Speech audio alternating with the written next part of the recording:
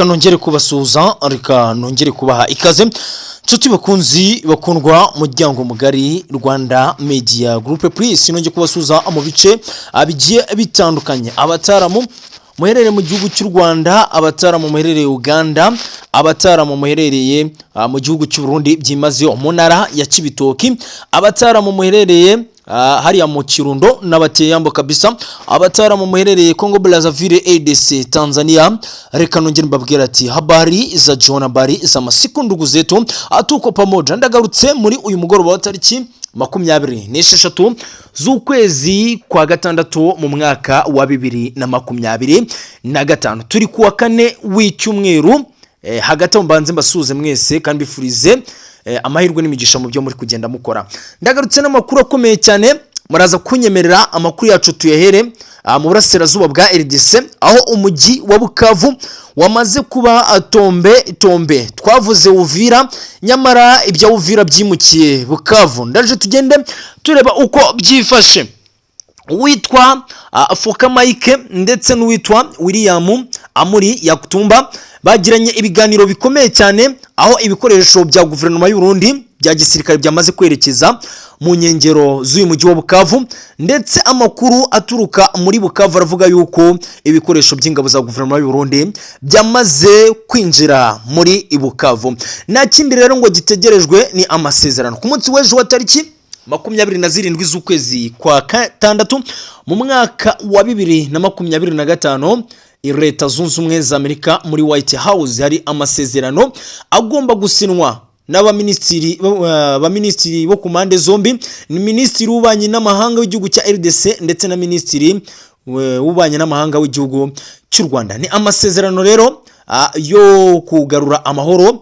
hagati y'igihugu cy'u Rwanda na RDC tujye kugenda tubiganiraho gatanu ku kandi ese aya masezerano naraza gusinwa ese biragenda bite nadasinwa ese nasinwa bwo biragenda gute tujye kugenda tubyinjamo gatanu ku kandi ndagira ngo uzamure subscribe yawe ndagira ngo usharinge ukomantinge dukomeze kugenda twibanira mu nkuru n'ibiganiro bikomeza kugenda bitambukano kuri Rwanda Media Group Plus ni David nk'ibisanzwe ukinyumva ndagusaba ngo utere yambo muri comment nyamuna akadarapo agatima muri comment asiga nyereke ko turi kumwe gatanu ku kandi nanjye ndusheho kugenda mbona uko tugenda tubana gatanu ku kandi twihuse cyane rero ndakeka namaze kubasuza twihuse reka duhere aya makuru yacu mu karere k'ibiyaga bigari ahazwi nko mu burasirazuba bwa RDC anga rero na kindi agihanzwe amaso ni ku munsi w'ejo wa tariki 27 amasezerano gusa tutarinjira muri aya masezerano hari inkuru nabanje mbabwira ko ari tombe umujyi wa Bukavu wamaze kugotwa mu buryo bukomeye cyane umujyi wa Bukavu wamaze kwinjirwa n'ingabo za guverinoma y'u Burundi ndakubwira ko hari ibitwaro bimaze kuzamuka mu nkengero z'umujyi wa Bukavu nkuko abaturage baduhaye amakuru muri uyu mugoroba ni ibitwaro byinjiye ku isaha ya 12 mu nkengero z'umujyi wa Bukavu ni mu gihe kandi ku isaha ya 9 uwitwa Foka Mike uyoboye ingabo za Wazalendo VDP ndetse na Yakutumba Amuri William baje kugirana ibiganiro bikomeye cyane ibiganiro by'uburyo bagomba kwataka uyu mujyi wa Bukavu rero magingwa ya nuko amakuru ahari avuga yuko ku munsi w'ejo aba baministiri bamukimara gusinya amasezerano M23 nizinge utwangushye twayo ingidukure mu mujyi wa Bukavu haraka umuriro ukomeye bataramu ndi hano muri mikoro mbivuga ejo nzaza mvuga ibindi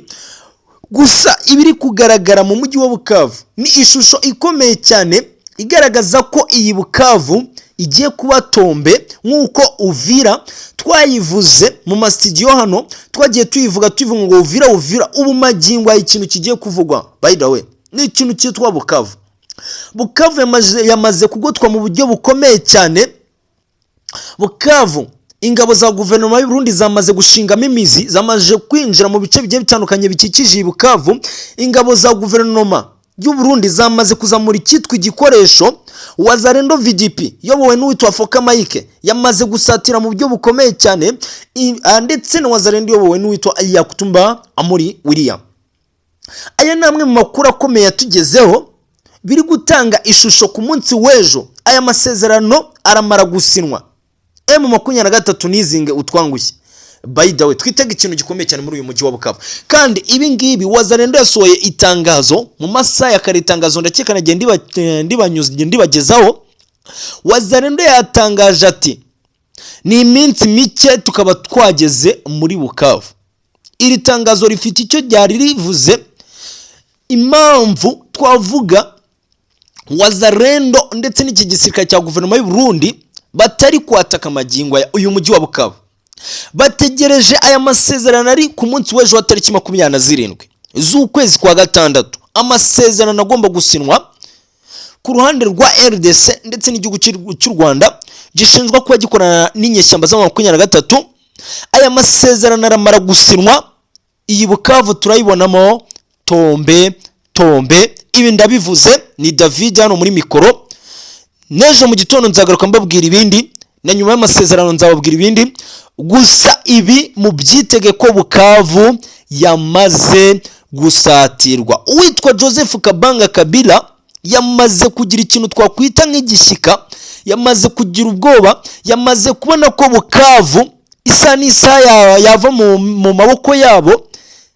Kuri uyu munsi yarari kuganiriza abarimu ba kaminuza, aho bamugaragarije ko ngo bishimiye kuba RDC igiye gusinya amasezerano n'igihugu cy'u Rwanda.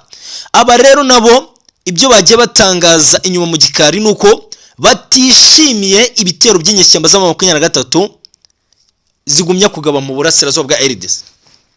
Sasa rero aya masezerano murayabona ute? Aya masezerano ku munsi w'ejo ari hagati y'igihugu cy'u Rwanda na RDC ni amasezerano agomba gusinwa ku mande zombi. Bose bamaze kutangaza ko bagomba kwitabira aya masezerano. Ni mu gihe Terezi Kayikwamba ku ruhande rwa RDC yamaze kugera White House muri Leta Zunze Ubumwe za Amerika, yiteguye gusinya aya masezerano ku munsi w'ejo tariki 24. Olivier Nduhungire w'igihugu cy'u Rwanda nawe biravugwa yuko ari mu nzira ajyayo. Birashoboka ko yaba yagezeyo, gusa mwe makuru twa turi gukurikirana nuko yarakiri mu nzira ataragerayo. Gusa biravugwa yuko nawe uko byagenda kose uyu munsi w'ejo azaba ari gusinya amasezerano ashyiraho umukono. Ese wowe urabona aya masezerano ari hagati y'igihugu cy'u Rwanda na RDC ari byo biri buze gutanga amahoro mu burasirazuba bwa RDC? Ese urabona aya masezerano nasinwa M23 iri bwemere kumanika amaboko? Ese aya masezerano nasinwa uri kubona ko wenda M23 iri buze kurekura ibice yafashe? Reka dushingire kuri ONU, uyu muryango mpuzamahanga ONU ndetse na MONUSCO byashyize raporo hanze ubwo Bintou Keita yari ari hano mu mujyi wa Goma. Na kindi cyo kimuzanye gushaka raporo igomba gutangwa mbere y'amasezerano. Na yindi raporo iri gutangwa ivuga kuri M23 bikorwa iyicarubozo iri gukorera abantu mu burasirazuba bwa RDC. Rero ibi ni ibintu byagaragaye imbere y'aya masezerano. Rero bitari buze koroha ko M23 iri buze kurekura ibice. By the way, ni ibintu bigoye, ni ibintu twese twamaze kubona ko aya masezerano nubwo yasinwa ntabwo M23 iri upfe kuvuga ngo twe turarekuye turagiye. Ibi nababwira ati je n'ai pas impossible. Sasa rero narinje hano muri mikoro kugira ngo turebera hamwe aya makuru ya Bukavu. Reka mbasabe kuzamura subscribe zanyu, kambasabe gusharinga, commentinga kugira dukomeze kugenda twibanira mu nkuru n'ibiganiro bikomeze kugenda bitambuka hano kuri Rwanda Media Group. Please ni David nk'ibisanzwe, reka mbashimire, kambifurize kugumya kugubwa neza.